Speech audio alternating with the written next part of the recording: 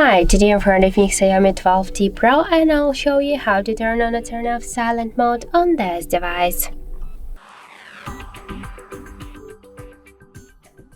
So first let's open the settings application and then scroll down to the sound and vibration.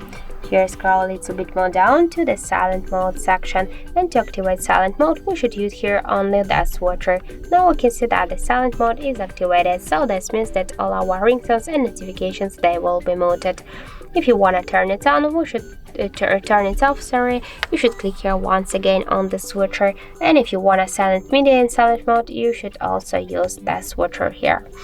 So also we have one more way how we can do that. Just you should open notification panel shortcuts, and somewhere here we should find mute icon. Just to activate silent mode we should click once on the mute icon. To turn it off we should click on the icon once again, and that's it.